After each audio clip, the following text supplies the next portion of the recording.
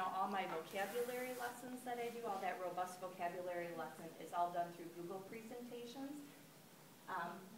But one of the things I did was we do some historical fiction in 3rd grade, and one of them is on Babe and I.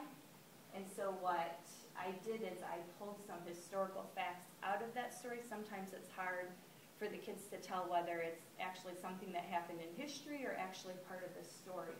And so we went through, and I'd give the kids a page number, and they would, I'd give them a page number and say on such and such a page, can you find a fact that could be an historical fact? And they would do a search for that fact. I think the direction I gave them was see if you can find the fact that I found. And I'd kind of guide them toward the fact I had, and then I'd have a picture to go with it. I just think they just aren't very familiar with that time in history.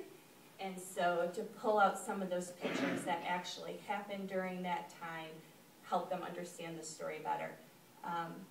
You know, apple sellers, they couldn't believe that people actually sold apples.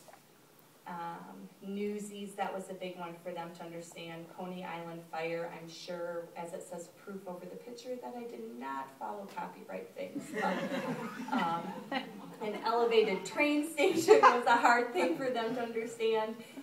Yankee Stadium, Babe Ruth being a real person. Seats to the World Series being only $5.50 was a pretty amazing thing, because a lot of them have been to games and knew that that is not what their parents had paid for tickets. So that was one thing that has worked well, just helping them understand that.